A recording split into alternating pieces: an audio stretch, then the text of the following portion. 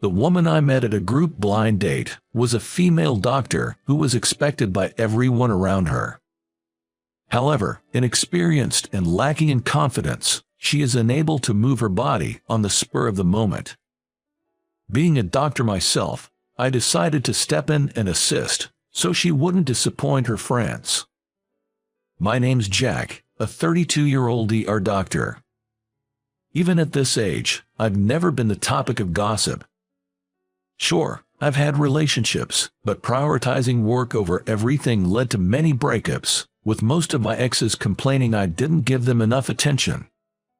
I realized in my late 20s that maybe I'm more cut out for work than romance. In the beginning, there was some emptiness amidst the rush of marriages and births around me, but now I am able to completely separate myself and struggle daily with work and study in order to save as many patients as possible. My family back home is pretty laid back, so no one really pressures me about marriage. Feeling thankful for the blessed environment I was in, all I could think about was becoming self-sufficient as soon as possible. An old high school buddy of mine invited me to a mixer. To be honest, I wasn't interested and was going to decline, but they were one person short and pleaded for my help, so I reluctantly agreed. It was just a filler spot for their group date, so I planned to make a short appearance and then leave. I left my house without dressing up and headed to the meetup spot. Hey everyone, long time no see. It seemed I was the last to arrive, and seeing old friends after so long put a smile on my face. Becoming an adult meant not seeing these friends as often, so reuniting with them at this group date was a pleasant surprise. Even though I wasn't keen on going initially, that moment of reunion made me glad I came. We caught up with each other with old stories and updates on the way to the restaurant, and it felt like we were back in our college days. I was having such a good time, I almost forgot the main purpose was the group date. We were seated and waited a few minutes for the women to arrive. The men suddenly tensed up as the women entered with a cheerful "nice to meet you." Recalling the silent prayers my friends whispered, hoping for a meaningful encounter as we entered the restaurant, I couldn't help but silently cheer them on. After ordering drinks and making a toast, we started introducing ourselves. I'm Jack. I work in corporate. I had made a prior arrangement with my friends to introduce myself with a different profession. It's not that I'm embarrassed, but explaining I'm a doctor often leads to many questions, and it can be tedious. Hi, I'm Sarah. I work as an internal medicine doctor. I was taken aback to hear that amongst us was a fellow doctor. The seemingly reserved woman ordered a non-alcoholic drink and had her cell phone face up on the table. I also kept my phone out in a similar manner, always on alert for emergency calls, so I could tell that Sarah wasn't lying when she said she's a doctor. My buddies would tell me, "Come on, have a drink for once," but I just smiled and brushed it off. The moment Sarah mentioned she was a doctor, she became the center of attention, getting bombarded with questions. "I'm just a nervous in name only," she answered, looking modest or perhaps a bit apologetic. Yet, Sarah's friends seemed proud to have a doctor in their group, boasting about her as if parents would about their child's profession. I'm a doctor too, but I don't yet feel confident in my abilities, so I often avoid mentioning it in front of strangers. Sarah must have an honest and straightforward personality. I felt a tad sympathetic watching her be praised by her friends for being a female doctor and seeing her respond with a troubled smile. My buddies seemed to be growing fond of Sarah, their gaze fixated on her. Anyone could tell Sarah was beautiful, kind, and gave off a delicate vibe. And her humble demeanor probably made her even more likable. I wasn't drawn to her romantically, but I felt a kinship with her as a fellow doctor. Many female doctors at my workplace were strong-willed, had a high society vibe, and were quite snobbish. My alma mater was a state university in a place like Idaho, but my current hospital is affiliated with a private medical college, so there are many young female doctors. Hearing their conversations, there are a lot of things I don't quite understand. Their values clearly clash with mine, and coming from an average family, I often feel out of place. I've always had difficulty connecting with such women. I sensed none of that vibe from Sarah in front of me. As the night went on and we all loosened up with some drinks, the ambience in the bar suddenly shifted. "Sir, are you okay?" The distress call of the store clerk, followed by the sight of a fallen man just beyond the open door. I immediately stood up and approached the man.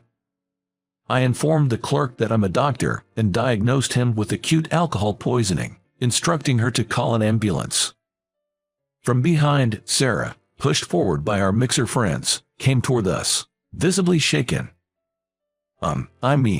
Clearly not accustomed to such situations. Her hands trembled. Taking too long to decide and seemingly on the verge of panicking, I reassured Sarah, "It's okay. I'm actually an emergency doctor. I've been through this many times. Stay calm. Let's first get him into a more comfortable position." I whispered that softly to her. Though surprised, Sarah nodded and followed my directions, turning the man to a safer position. Making sure his clothing wasn't restricting him, I asked the clerk for a blanket to keep him warm. Fortunately, he was still breathing. Basic first aid seemed to suffice as we awaited the ambulance. No matter how many times you face emergencies outside the hospital, you never really get used to it. Thankfully, it wasn't more serious. Looking down with regret, Sarah replied, "I couldn't do anything," tears streaming silently. Earlier at the mixer, she had shared that she's working at a big city hospital. Judging by her age, it seemed she had limited experience. She had graduated top of her class, and it seemed everyone had high expectations of her because of it. Earlier, Sarah had said, struggling, "I can't let everyone down. Saving lives but feeling the need to constantly meet others' expectations. I think that's wrong." But I also understand that it's not solely Sarah's fault that she feels this way. I don't care about titles and rarely talk about my profession. Perhaps because of that, people even say things like, "Oh, right, Jack was a doctor too." They even made such rude remarks. The contrast between me and Sarah. But seeing her cry out of frustration, it moved me too.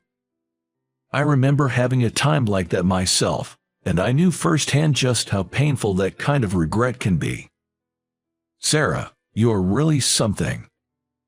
After the man was taken away in an ambulance, Sarah hesitantly began to speak to the friends who had rushed over. "I didn't really. Thanks to your precise instructions, he was saved." She was about to say she hadn't done anything, and I interrupted her and looked up to meet the surprised eyes of Sarah. Her friends were hugging her, saying, "You did great." Sarah looked at me as if asking why, but I figured she just didn't want to let her friends down. From Sarah's bag, a medical reference book was peeking out.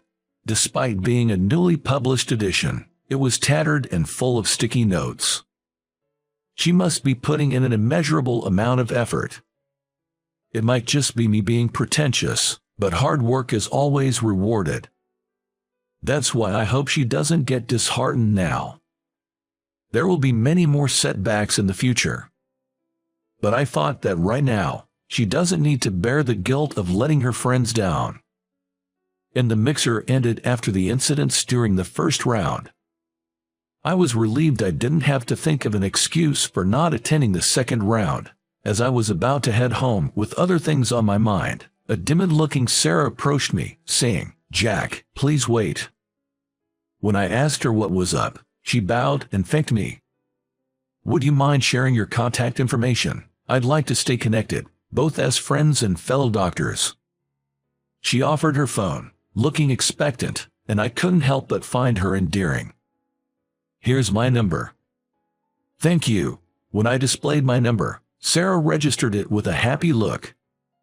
After exchanging contact information, she waved and went back to join her group of friends.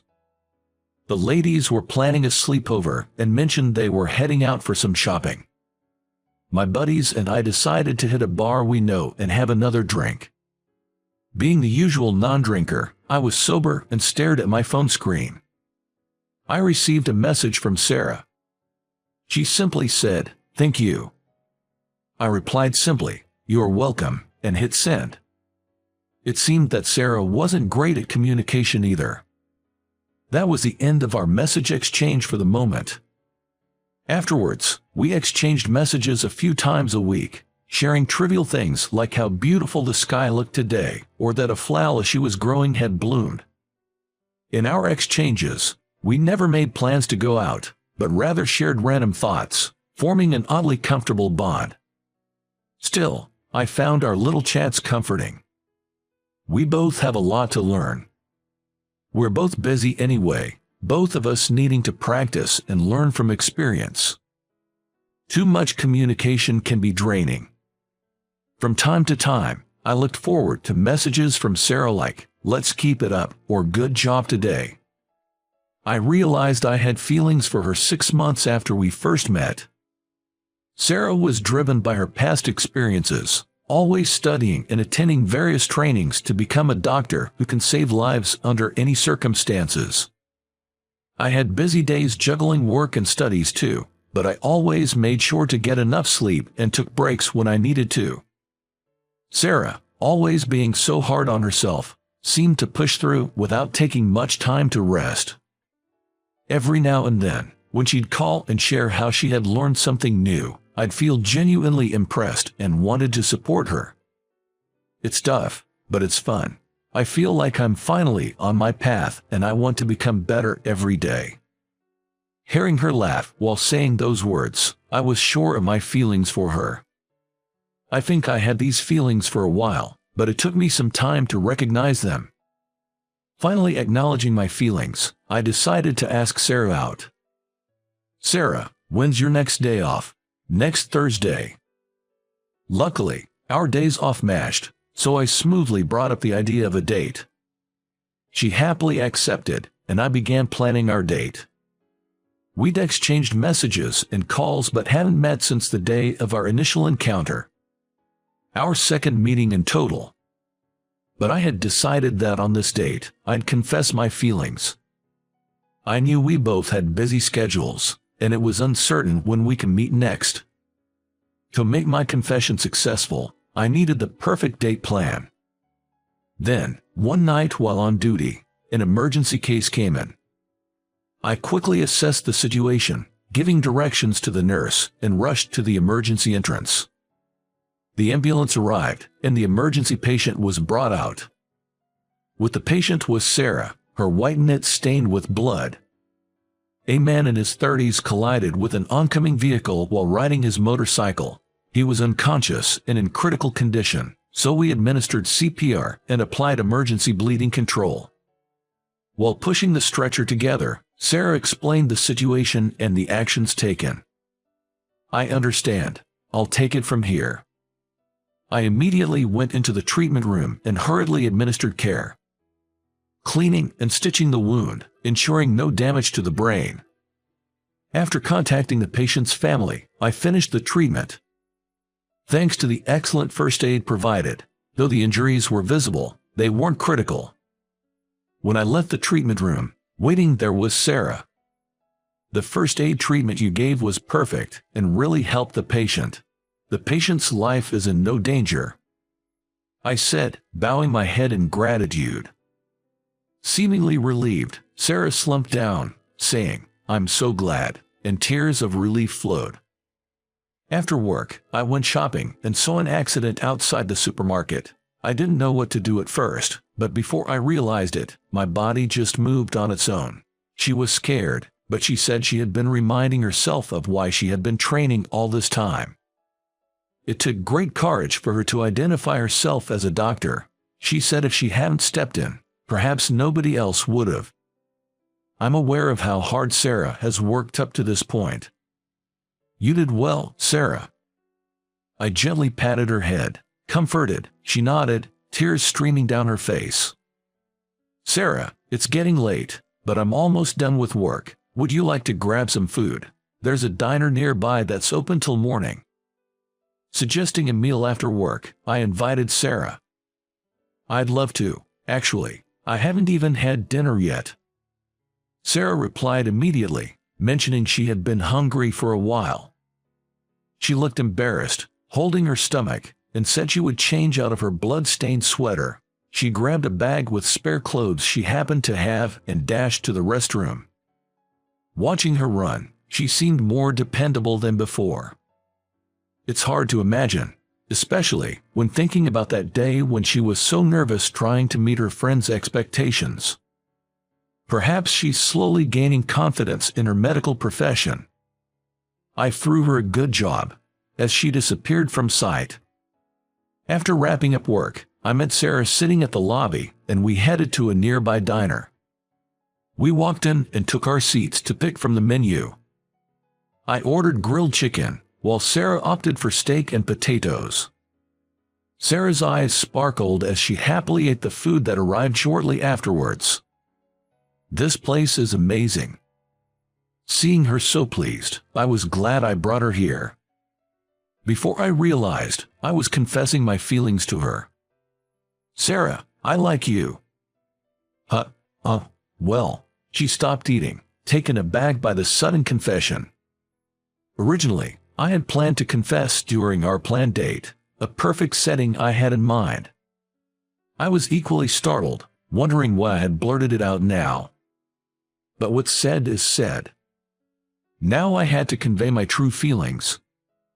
I admire your hard work, how you always give your best toward your goals. Even the casual texts or the trivial phone calls, I cherish them all. When I told her that Sarah's hard work had saved me many times, she looked down with a blushed face. This is only our second time meeting, but would you like to date me? I stood up and reached out my hand. Hesitantly, Sarah took it. I managed to keep going because of you, Jack. That day, I felt so helpless, yet you helped ensure I didn't let my friend down. I was relieved, but also felt pathetic. But I managed to pull through because of you, even though I can't express it well, she said, taking a deep breath, squeezing my hand tighter. I could feel the intensity of her emotions through her firm grip. To be honest, no words were needed. I could sense the depth of her feelings. So, I like you too, Jack. If you're okay with someone like me, I'd be grateful. A humble attitude that has not changed since we met. It's so like Sarah, and my affection for her only grows. And just like that, during our second meal together, our relationship began. Despite our busy schedules, we made time for each other, going on numerous dates. Sarah always said she needed more experience and knowledge, pushing herself harder every day.